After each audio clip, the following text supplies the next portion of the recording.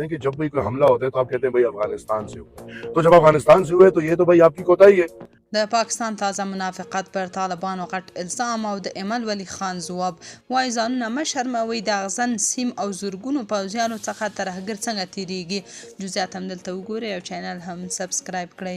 د پاکستان د بهرنیو چارو وزیر اسحاق ډار وایي چې د طالبانو حکومت باید ډاډ ورکړي چې د افغانستان خاوره به د پاکستان پر ضد نه کارول کیږي.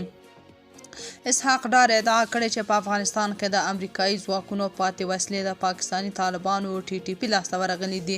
نوموړي رسنیو سره په خبرو کې ویلي چې د هیڅ هیواد خاوره باید د ترهګرۍ لپاره ونه کارول شي او پاکستان په افغانستان کې سوله او ثبات غواړي. پاکستان وایي چې طالبانو د پاکستان ضد وسلوالو ته په افغانستان کې ځای ورکړی دی او له دغه هیواد څخه په پاکستان کې بریدونه پلان کوي. هغه ویلي که دریم هیوادونه په پاکستان کې میشت افغان کډوال ونه مني نو پاکستان دغه کډوال بیرته افغانستان ته واستوي.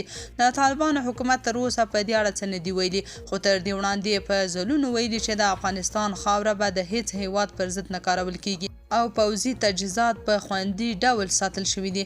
طالبان همداراز وایي چې پاکستان داعشیانو ته پناه او روزنه ورکوي. بلخوا د عوامي ملي ګوند مشر ایمل ولی خان د پاکستان ادعاو ته په غبرګون کې ویلي چې له چمن نه نیولې تر باجوړ پورې په سرحد کې اغزن سیم لګولی او زرګونه پوځیان هم پراته دي. نو ترهګر څنګه له افغانستان څخه پاکستان ته دننه کیږي؟